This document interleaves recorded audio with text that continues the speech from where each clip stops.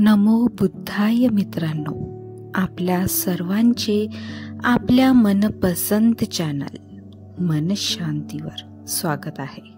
आपण मिलिंद प्रश्न या ग्रंथाचे वाचन करीत आहोत.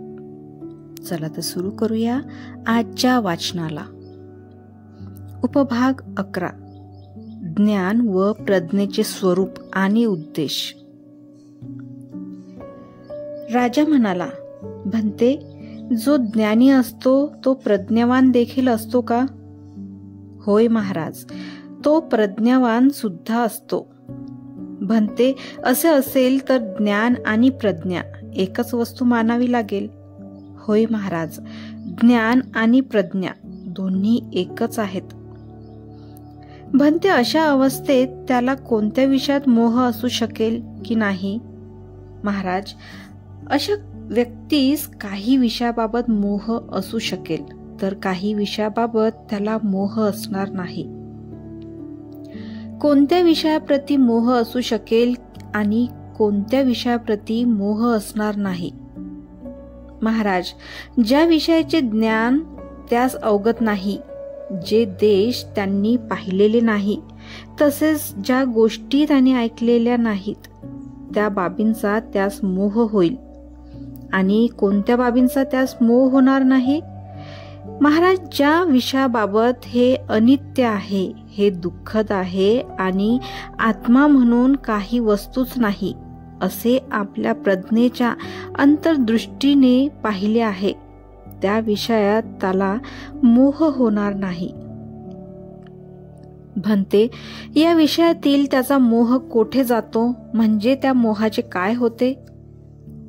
महाराज, ज्ञान उत्पन्न होताच त्या विषयाबाबतचा मोह सर्वथा नाश पावतो. कृपा करून उदाहरण देऊन समजून सांगावे. महाराज, एखाद्या अंधार कोठडीत सर्वत्र प्रकाश पसरतो. महाराज, त्याचप्रमाणे ज्ञान उत्पन्न होताच मोहाचा नाश होतो. भन्ते, आणि प्रज्ञेचे काय होते, म्हणजे प्रज्ञा कोठे जाते? महाराज, प्रज्ञा देखील आपले कार्य उरकून निघून जाते, कारण पुन्हा पुन्हा झालेलेच कार्य करण्याची आवश्यकता राहत नाही. परंतु तिच्यामुळे झालेले कार्य म्हणजे अनित्य, दुःख आणि अनात्मतेचे ज्ञान असेच राहते. यामुळे प्रज्ञा आता कायमची गेली असे मात्र समजू नये, तर ती हुजऱ्याप्रमाणे दुसऱ्या हुकुमाची वाट पाहत राहते. हेच स्पष्ट करण्यासाठी कृपा करून उदाहरण देऊन सांगितल्यास बरे होईल.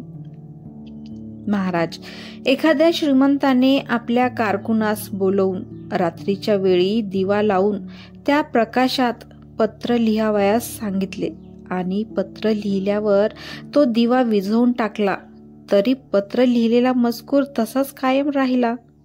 या उदाहरणाप्रमाणेच प्रज्ञेने आपले काम करून निघून गेल्यावर देखील त्यामुळे झालेले ज्ञान कायम राहते.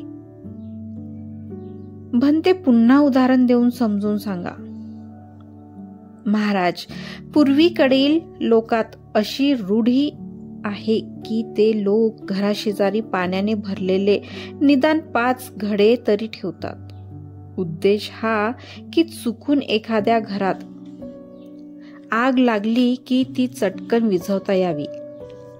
समजा त्यांच्या शंकेप्रमाणे एखाद्या घरात आग लागली असता त्या 5ही घड्यातील पाणी ती विझविण्याच्या कामी आणून आग विझवली, तेव्हा पूर्णपणे आग विझवल्यानंतरही घरातील लोक पुन्हा पुन्हा पाणी शिंपडत राहतील का? भन्ते नागसेन, मुळीच नाही. का की आता त्याचा काहीच उपयोग होणार नाही, तेव्हा रिकामे घडे जिथल्या तेथे ठेवलेलेच बरे.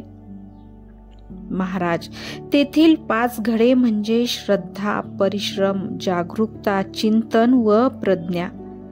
हे पंचेंद्रिय किंवा 5 प्रकारचे नैतिक सद्गुण होत. आग विझविणारी घरातील माणसे म्हणजे साधक होय.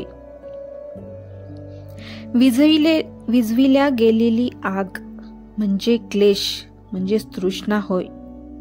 जसे पाण्याने भरलेले मडके आग विझविण्याच्या कामी आले, तसेच वरील 5 नैतिक सद्गुण क्लेशाची आग विझविण्याचे कामी येतात असे समजावे. आणि एकदा क्लेश नाश पावले की पुन्हा त्याची उत्पत्ती संभवनीय नाही. महाराज, याचप्रमाणे प्रज्ञा आपले काम आटपून निघून जाते, परंतु ती मुळे घडलेले कार्य कायम राहते. म्हणते, पुन्हा ही उदाहरण देऊन समजून सांगा. महाराज, एखाद्या वैद्याने औषधाच्या उपयुक्त 5 प्रकारच्या वनस्पती आणून त्या बारीक कुटून त्यापासून काढा तयार केला आणि तो पाजून कोण्या एका आजारी माणसास पाजून आजारमुक्त केले. आता तुम्हीच सांगा की त्याचा आजार नाहीसा झाल्यानंतर देखील वैद्य त्याला औषधाचा काढा देतच राहील का? नाही म्हणते. आता त्या औषधाचा काय उपयोग? महाराज, तेथील 5 प्रकारच्या औषधांच्या वनस्पती तशीच 5 इंद्रिये किंवा 5 नैतिक सद्गुण समजावे. वैद्याप्रमाणे साधकास समजावे. आजाराचा आजार तसे क्लेश वा तृष्णा समजावे. जसे 5 प्रकारच्या वनस्पतीमुळे आजार मुक्त केले, तद्वतच 5 नैतिक सद्गुणाने क्लेश नष्ट केले जातात. महाराज, याप्रमाणे प्रज्ञा आपले कार्य संपून निघून जाते, परंतु त्यापासून झालेले ज्ञान कायम राहते.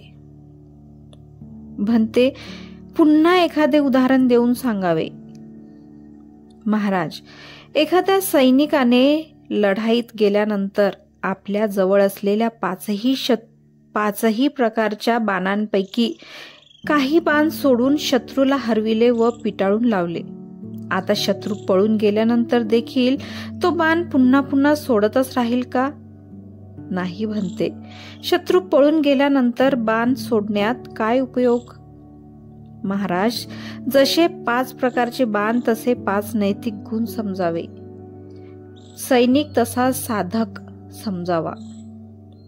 जसे लढाईतील शत्रू तसे क्लेश समजावेत. आणि ज्याप्रमाणे 5 प्रकारच्या बाणांचा मारा करून शत्रूंना हरविले, तद्वतच 5 इंद्रिये शरांनी क्लेश नाश केले जातात. महाराज, पळून गेलेला शत्रू पुन्हा परत येत नाही, असे एकदा शमविलेले क्लेश पुन्हा उद्भवत नाही. महाराज, याप्रमाणे प्रज्ञा आपले कार्य आटोपून निघून गेल्यानंतर देखील तिच्यामुळे झालेले ज्ञान नष्ट होत नाही, हे या उदाहरणावरून सिद्ध होते. मित्रांनो, आजचे वाचन आज आपण इथेच थांबवूया. धन्यवाद.